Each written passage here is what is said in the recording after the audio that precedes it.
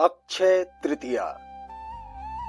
सनातन धर्म में अक्षय तृतीया का त्योहार बेहद खास माना जाता है। अक्षय तृतीया को कई जगह आखा तीज भी कहते हैं।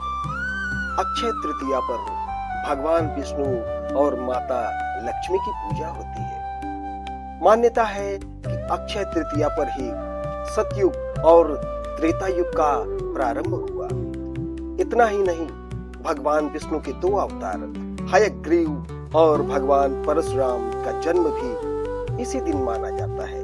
इसलिए अक्षय तृतीया के दिन परशुराम जयंती भी मनाई जाती है। इसी दिन से चार धामों की यात्रा भी शुरू होती है। इस दिन दान पुण्य करने का विशेष महत्व बताया गया है। कहते हैं, जो व्यक्ति इस दिन जरूरतमंदों को दान देता है, उसे दान का फल युग युगांतर तक मिलता है। अब जानिए अक्षय तृतीया की कथा।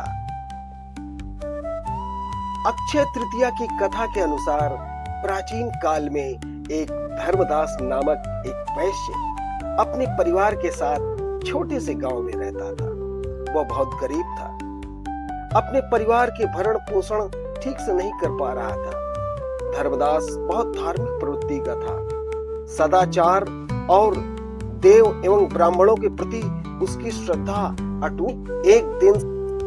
उसने एक दिन किसी से अक्षय तृतीया व्रत के महात्म को सुना, जिसके बाद उसने अक्षय तृतीया पर्व को विधि विधान से मनाने के बारे में सोचा। उसने अक्षय तृतीया पर्व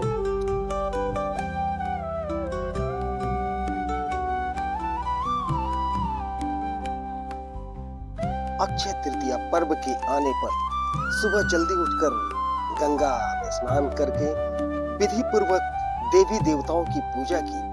व्रत के दिन सामर्थ्य के अनुसार जल से भरे घड़े, पंखे, जौ, सत्तू, चावल, नमक, गेहूं, गुड़, घी, दही तथा सोना और वस्त्र आदि वस्तुएं भगवान के चरणों में रखकर ब्राह्मणों को अर्पण कर दी। यह सब देखकर धर्मदास के परिवार वाले तथा उसकी पत्नी ने रोकने की कोशिश की। उन्होंने कहा, अगर धर्मदास इतना सब कुछ दान दे देंगे तो परिवार का पालन पोषण कैसे होगा। फिर भी धर्मदास अपने दान और पुण्य कर्म से विचलित नहीं हुआ।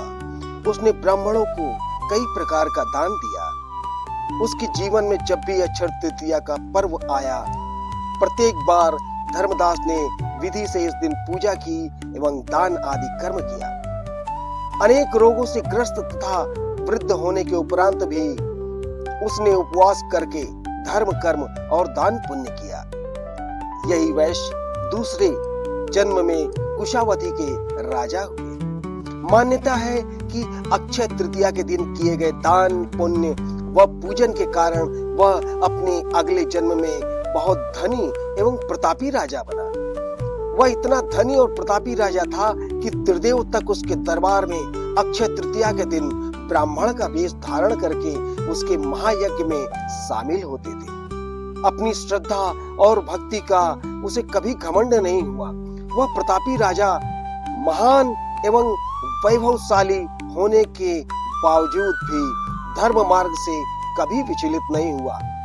माना जाता है कि यही राजा आगे के जन्मों में भारत के प्रसिद्ध सम्राट चंद्रगुप्त के रूप में पैदा हुए। जैसे भगवान ने धर्मदास पर अपनी कृपा की, वैसे ही जो भी व्यक्ति इस अक्षय तृतीया की कथा का महत्व सुनता है और विधि विधान से पूजा एवं दान आदि करता है, उसे अक्षय पुण्य एवं यश की प्राप्ति होती है।